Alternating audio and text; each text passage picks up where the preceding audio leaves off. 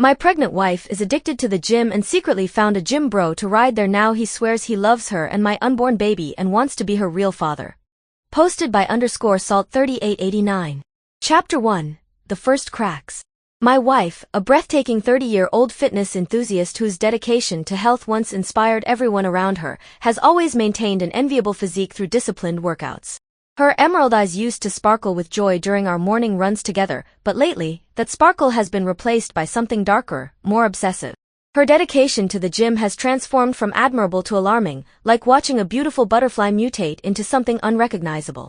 During her college years, she was a regular at the campus gym, though she eventually transitioned to home workouts and outdoor runs as her career demanded more attention. Those were peaceful times. I'd watch her jog past our kitchen window each morning, her ponytail swaying in the breeze, while I prepared our morning coffee. Now those memories feel like scenes from someone else's life, faded photographs of a happiness that slipped through our fingers. About 18 months ago, everything changed. She burst into our living room one evening, practically vibrating with excitement as she announced her triumphant return to gym life. Her new job's flexible hours meant she could finally join this amazing facility she'd discovered. "You should see this place," she gushed, her eyes alight with an intensity one hadn't witnessed in years. "The equipment is state-of-the-art, and the trainers." Her voice softened noticeably at the mention of the trainers, her fingers nervously tracing the rim of her wine glass. I should have recognized that moment for what it was, the first hairline crack in our marriage's foundation. What began as an innocent routine gradually evolved into an all-consuming obsession that would devour our marriage whole. First came the weekend classes, just 2 hours each Saturday and Sunday, honey. Then daily sessions crept in like a thief in the night. Before I could blink, she was hitting the gym both before dawn and after dusk, every single day without fail. The gym became her universal panacea. Stressed about work?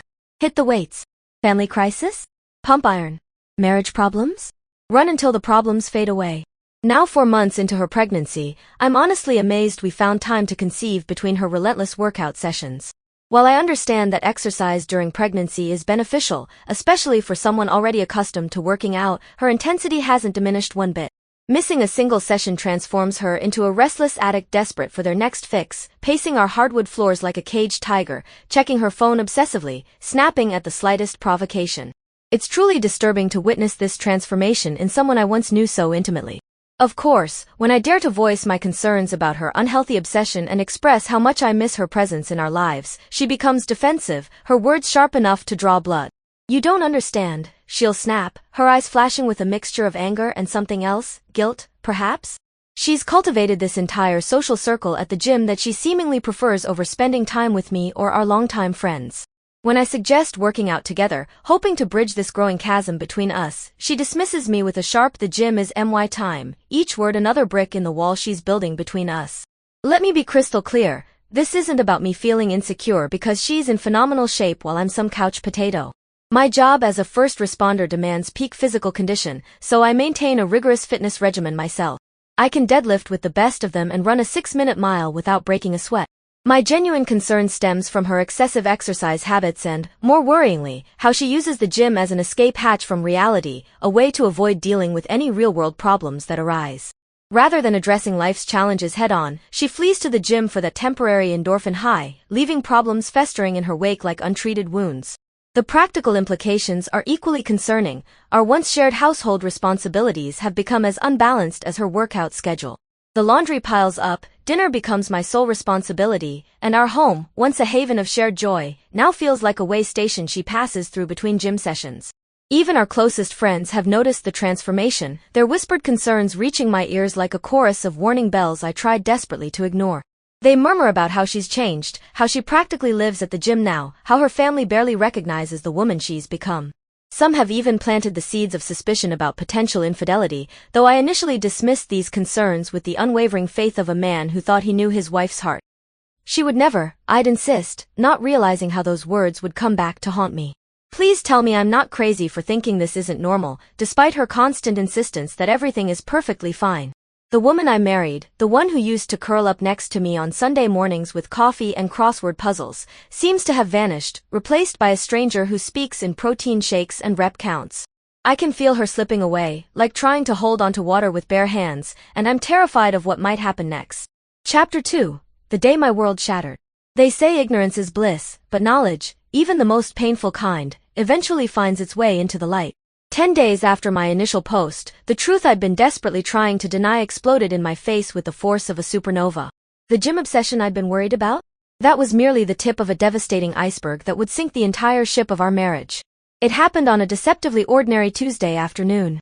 The autumn sun painted our kitchen in warm golden light as I stood at the counter, mindlessly sorting through mail. Her phone lay there, forgotten in her rush to shower after her latest gym session, a rare occurrence that felt like fate's cruel intervention. The device seemed to mock me, its screen occasionally lighting up with incoming messages, each notification a tiny dagger of suspicion. I'd never been the type to invade my wife's privacy. 9 years of marriage built on trust meant I'd never felt the need. But something about those recent weeks, the late-night texting, the secretive smiles, the way she guarded her phone like a dragon hoarding gold, had planted a seed of doubt that had grown into an unignorable forest of suspicion. With trembling hands and a heart that felt like it might explode from my chest, I picked up her phone. The universe must have wanted me to know because it wasn't even locked, another sign of her growing carelessness, or perhaps subconscious desire to be caught. What I found sent my world spinning off its axis. There, in black and white, was a conversation with a name I recognized, Jake, one of the many gym acquaintances she'd mentioned so casually in passing. The messages made my stomach churn and my vision blur. I learned things about this man's anatomy I never wanted to know, intimate details that burned themselves into my brain like acid. But worse than the explicit content was the emotional intimacy they shared, inside jokes, pet names, plans for the future. My future. Our future. The sound of the shower stopping jolted me back to reality. I stood there, her phone clutched in my white-knuckled grip, as she walked into the kitchen wrapped in her towel, humming some pop song about new love. The moment she saw me with her phone, the humming stopped, and her face went through a kaleidoscope of emotions, surprise, fear, anger, and finally, defiance. "How dare you go through my phone?" she screamed, her voice trembling with rage rather than shame. The audacity of her reaction, the fact that she could stand there and act like I was the one betraying trust, made something snap inside me. In a moment of blind fury I'm not proud of, I slammed her precious phone against our granite countertop, watching the screen shatter like my trust in her, like my heart, like our marriage. She retaliated with a vicious punch to my back as I stormed out, her true colors finally showing through the carefully maintained facade of our perfect marriage. I found myself at my brother's house, where my sister-in-law's knowing look told me she'd suspected this all along. "We tried to tell you," she said softly, placing a comforting hand on my shoulder. "We didn't want to believe it either." When I returned home later that night, I found her in bed, orchestrating a masterclass in manipulative tears. "I didn't know if you'd ever come home," she whimpered, as if I were the villain in this tragedy. I arranged to have her phone repaired, though she deserved nothing but the shattered screen that matched our broken marriage. Even in my anger, I couldn't help but think of our unborn child, and how this mess would affect an innocent life that never asked to be born into such chaos. The truth remains elusive, she refuses to confess the full extent of her betrayal. Was it just explicit messages, or had they crossed every physical boundary imaginable? Her refusal to hand over her phone speaks volumes, and now she's painting me as an abusive monster for breaking her precious device. The irony of her playing victim after punching me is not lost on me. I wanted to retaliate physically, I won't lie, but I would never stoop to that level, especially given my own childhood trauma with domestic violence. Chapter 3. The bitter truth unfolds. The day after discovering the messages, my wife asked me to stay home from work so we could talk. She'd spent the previous day in bed, orchestrating an Oscar-worthy performance of tears and guilt, but I had maintained my distance, refusing to be manipulated by her emotional theatrics. I even left to attend my family's Super Bowl party. Not because I felt particularly festive, but because the thought of staying in that house with her was suffocating. My absence had rattled her. Her texts throughout the evening dripped with accusation. Who just leaves like that when something like this is happening? And who is that cold and callous that they just leave to go to a party? The irony of her questioning my emotional availability while she'd been emotionally absent for months was not lost on me. When morning came, she finally broke down and confessed, though each admission had to be pried from her like pulling teeth. Her story unfolded between sobs and self-justifications, each word another nail in our marriage's coffin. "I really was going to the gym twice a day," she began, as if her dedication to fitness somehow mitigated what followed. "That's where my friends are. It makes me feel good. It's fun for me." Her voice took on a dreamy quality as she described meeting Jake. "Everyone likes him. He's one of the most popular guys there."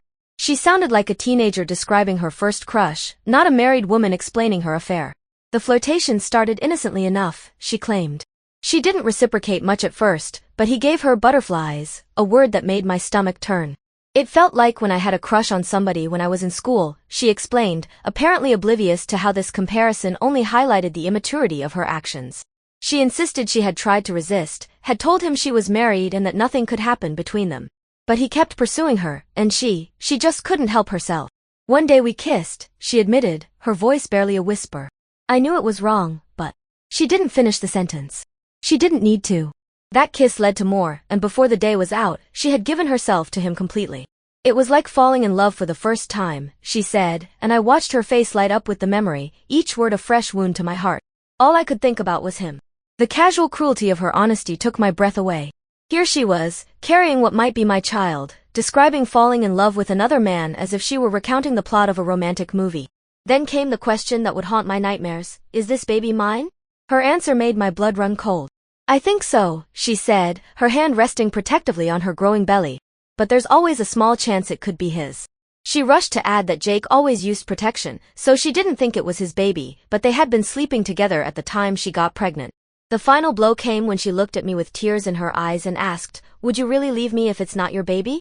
The audacity of the question struck me speechless. When I finally found my voice and told her that of course I would leave, that I would never raise another man's child, she seemed genuinely shocked. Really? She asked, her voice trembling. With everything we have? All our history? She agreed to get a DNA test, though her tears suggested I was somehow the villain for requiring proof of paternity. I don't know who this woman is anymore. Her tears weren't those of an ashamed or sorry person, they were tears for herself, meant to manipulate me into feeling bad. Feel bad for what? That her heart is apparently so torn between her husband and her gym lover? Chapter 4. The Final Fracture. The woman who was once my wife, who I had always thought of as the epitome of class and dignity, has transformed into someone I barely recognize. Today, she dropped another bomb in our already devastated landscape. She's moving in with her gym paramour. The news came via text, as if 9 years of marriage could be dissolved through a casual message between sets of deadlifts. For a week after her confession, she played a calculated game of emotional manipulation that would have made Shakespeare's most conniving characters proud. She paraded around our house, making sure I noticed she hadn't been to the gym for 5 whole days, as if this temporary abstinence deserved a medal. See? Her every gesture seemed to say, I'm trying to change. But her phone still buzzed constantly with messages I knew were from him. The paternity question hangs over us like a storm cloud. She's pregnant, maybe with my child, maybe with his, but she's too embarrassed to get a blood draw for a DNA test. The irony of finding shame in a medical procedure after months of shameless infidelity is almost laughable. Almost. I've already met with a lawyer, though somehow I still care about her well-being. I suppose you can't just switch off 9 years of love like a light bulb, even when that love has been betrayed in the most fundamental way. I can love her as a human being and potential mother of my child without remaining married to her, I tell myself, though each new development feels like a fresh wound being salted. When she finally announced she was moving in with him, I felt a strange mixture of relief and devastation. Relief because the constant tension in our house had become unbearable, like living with a ghost of the woman I married. Devastation because despite everything, a part of me had hoped, well, it doesn't matter what I hoped anymore. I asked her if he actually knew she was pregnant and what stories she'd been telling him this whole time. Her response was like a punch to the gut. He knows, and he doesn't care if it's your baby. He loves me and wants to be with me. The casual way she delivered this information, as if it were the most natural thing in the world for a man to want to raise another man's child with a married woman, left me speechless. It's bizarre beyond comprehension. Can't he find anyone else? Is a married pregnant woman really the best option for a supposedly attractive, gainfully employed man who owns his own home? I can't imagine being in his position and willingly taking on this kind of baggage when other options must be available. But then again, what do I know? I thought I knew my wife, and look how that turned out. The day she moved out was surreal. She didn't take much, most of her belongings still remain in what was our home, as if she's keeping one foot in the door. I refused to help pack, refused to acknowledge this transition as anything normal or acceptable. But then he showed up at our doorstep, this man who had destroyed my marriage, acting like he had every right to be there. He had the nerve to try to talk to me, to tell me he understands how I must be feeling. As if he could possibly comprehend the depth of this betrayal. He tried to assure me he wouldn't try to take my place with the baby, that he hopes we can just get along since we're both going to be in her life now. The sheer audacity of his attempt at peacemaking made my blood boil. I couldn't help but ask him what he wanted with a pregnant woman who was having another man's child. I told him I found it strange, suspicious even. When he wouldn't leave our house, yes, our house, where we built our life together, I warned him. When he still wouldn't leave, I did what any man pushed to his limits would do. I punched him. Not my proudest moment, but watching him stumble back into the table brought me a satisfaction I'm not ashamed to admit. She screamed, of course, running to his aid like I was the villain in this story. Hours later, she had the nerve to text me saying she was sorry about what happened, that he really meant what he said, that he's actually a good guy who cares about her and respects me. Respects me? The absurdity of that claim would be laughable if it weren't so infuriating. You can't be serious, I texted back. Her response was predictable. Fine, I'm trying to have a mature conversation about this. I can't help that we fell in love. Believe it or not, I'm not trying to hurt you, and I want everything to be amicable. Amicable? As if there's anything amicable about this situation. This man stole my wife, and now he's trying to steal my role as father too. Sure, I'm the actual father, probably, but they're setting up a nursery together in his house. Sometimes I can maintain the thought that he's just the trash man who picked up my garbage, but the truth is more complicated and painful than that. I loved her. Still love her, if I'm being honest with myself. I don't want to stay married to her on principle alone, but watching her walk out the door with him was like watching someone rip out my heart and take it with them. How do you stop loving someone you've built a life with, even after they've destroyed everything you thought you knew about them? Chapter 5. A Birth in Broken Paradise. Life has a way of writing stories that no fiction author would dare to pen, fearing they'd be too implausible for readers to believe. Yesterday, I became a father in what must have been the most awkward delivery room scene in medical history. My daughter arrived 2 weeks early, as if she couldn't wait to add another layer of complexity to our already complicated situation. The morning began ordinarily enough. He left for work, leaving my laboring wife alone in their love nest. She works from home on Mondays, a detail that would prove crucial in this unfolding drama. At 8:30 a.m., my phone lit up with her text, contractions 17 minutes apart. Having weathered false alarms before, I remained cautiously at work, my heart racing despite my attempts at professional composure. As the contractions intensified to 15-minute intervals, she reached out again. This time, her voice carried an unfamiliar vulnerability that pierced through all the anger and betrayal. When I asked if she needed someone there, her response surprised us both. She wanted me. Not him, not her new love, but me. The irony wasn't lost on either of us. I didn't mean to volunteer myself, but something in her voice, a tremor of fear perhaps, or an echo of the woman I once knew, pulled at what remained of my heart. I left work without hesitation, stepping into the bizarre reality of entering his house, their house now, to comfort my laboring wife. He wasn't there, and more tellingly, she hadn't even contacted him. You've seen me at my worst, she explained, a flush of embarrassment coloring her cheeks. He hasn't watched me pee or lose my dignity yet. The casual reference to our shared history, to all the intimate moments that make up a marriage, felt like salt in an open wound. But I pushed aside my pain, focusing instead on the task at hand. She moved through her labor like a dancer, stretching, practicing yoga, bouncing on an exercise ball while I awkwardly occupied space in this stranger's home. I tried not to examine his belongings too closely as I timed contractions, but evidence of their life together was everywhere: protein shake bottles, gym schedules on the fridge, couple photos that should have been of us. The moment of truth arrived when he returned home, his face contorting in confusion at finding me there. "What are you doing here?" he demanded, as if I were the intruder in this twisted scenario. He had the audacity to pat my shoulder, calling me bud and dismissing me with a casual "I got it from here." The rage that bubbled up inside me was barely containable. "I'm not your fucking buddy," I spat, watching the tension thicken in the room like storm clouds gathering. She was caught between us, another contraction racking her body as we squared off in his living room. I could tell she wanted me to leave, not because she preferred him, but because the tension between us was the last thing she needed during labor. Hours later, in the sterile confines of the hospital room, we created what must have been the most uncomfortable triangle in medical history: betrayed husband, cheating wife, and her paramour, all pretending to be civil for the sake of this impending birth. The medical staff exchanged glances that spoke volumes about the tension in the room. He tried to police what I could see, apparently forgetting that this was still my wife and potentially my child. The labor intensified as night fell. Her screams echoed through the halls, each one a reminder of our shared past, the plans we'd made, the future we'd imagined. I found myself instinctively moving to comfort her, only to catch myself when he would step in, creating an awkward dance of who had the right to be by her side. The nurses, bless their hearts, navigated our triangle with professional grace, though I caught more than one rolling their eyes at our drama. Then, like a meteor breaking through the atmosphere, our daughter arrived. Flying out were the nurses' exact words, and they weren't exaggerating. 6 pounds of innocence, 18 inches of hope, perfectly healthy despite the drama surrounding her entrance into the world. The moment I saw her, everything else, the betrayal, the anger, the pain, faded into background noise. She was beautiful, perfect, and possibly mine. The first cry pierced the tension-filled room like a knife, cutting through our adult drama with the pure, primal sound of new life. In that moment, I wasn't a betrayed husband or a potential father, I was simply a man witnessing the miracle of birth, my heart simultaneously breaking and healing with each tiny wail. Watching him hold her felt like someone twisting a knife in my gut, but I forced myself to focus on her, this tiny being who deserved better than the mess we'd created.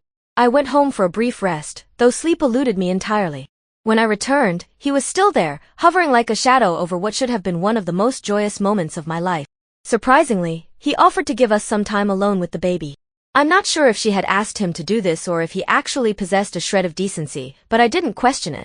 He even brought food back for all of us when he returned hours later, though I couldn't help wondering if mine might be poisoned. The thought made me smile grimly. Paranoia had become my constant companion these days. He's still not gone, and I'm wondering how long he'll be around. I can't let myself do anything that might make her try to keep me away from my daughter. I'd prefer not to share her, but I'm learning to swallow my pride for the sake of this innocent child who never asked to be born into such chaos. The name we chose years ago for a daughter is now hers, at least he had no say in that, and hasn't commented on it. But it breaks me to see him holding her, to watch him playing house with my family. I don't know how I'm going to do this, but I have to figure it out. I'll be the bigger person, pretend to get along with him if I must, because nothing, not even my own pride or pain, will keep me from being my daughter's father. Chapter 6. The battle for my daughter. Just when I thought this nightmare couldn't get any worse, my soon-to-be ex-wife has taken our daughter to her hometown, where her family resides.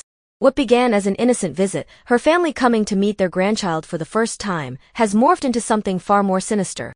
A calculated move in this endless chess game of custody and control. The signs were there from the start. During her family's visit, she systematically excluded me from any interaction with my daughter. Her excuse? They're here to spend time with the baby, you should let them have their visit. As if a father's right to see his child becomes void when relatives are in town. I didn't even see her family, probably better that way, given the poisonous lies she's been feeding them about me. She's been spreading vicious fabrications, tales of abuse, assault, and worse. The woman who once shared my bed, who knew my childhood trauma with domestic violence, now weaponizes that very pain against me. It's a special kind of cruelty, using someone's deepest wounds against them. But then again, I suppose I stopped being a person to her the moment she found her gym rat Romeo. Her fatal mistake came through social media, a post that revealed her true location, spotted by a mutual acquaintance who still had my back. I immediately contacted my lawyer. Taking our child across state lines without court permission during pending custody proceedings isn't just wrong, it's illegal. The emergency custody order was filed faster than she could delete the evidence of her latest betrayal. When confronted, she tried to paint it as an innocent visit home for peace of mind. But her mask slipped when she realized she'd been caught, unleashing a torrent of vitriol about how much she hates me, punctuated with colorful suggestions about what I could do to myself. The sweet, loving woman I married has been replaced by this vengeful stranger who seems to take pleasure in causing me pain. The court has granted us a temporary custody arrangement, 60/40ths in her favor, a bitter pill to swallow. The mediator's attempts at finding middle ground were met with her stone wall of resistance. The court cited my work travel as justification for the split, as if providing for my child somehow makes me less deserving of equal time with her. The irony is palpable. I'm penalized for being a responsible provider. The holiday schedule feels like another twist of the knife. She's demanding Christmas Eve and Christmas Day, despite my family's deep holiday traditions. I've offered to split the time. I'll sacrifice my daughter's first Christmas morning just to keep the peace. But even this concession isn't enough. She's weaponizing every special moment, though she doesn't even care for Thanksgiving herself. It's not about the holidays, it's about control, about hurting me in every way she can. Her gym boyfriend remains in the picture, now fully convinced by her tales of my supposed abuse. He's transformed from trying to be my friend to threatening that I'll end up with supervised visits only. Every threat goes straight to my lawyer, building a case I pray I'll never need to use. The man who helped destroy my marriage now fancies himself my daughter's protector. The absurdity would be laughable if it weren't so infuriating.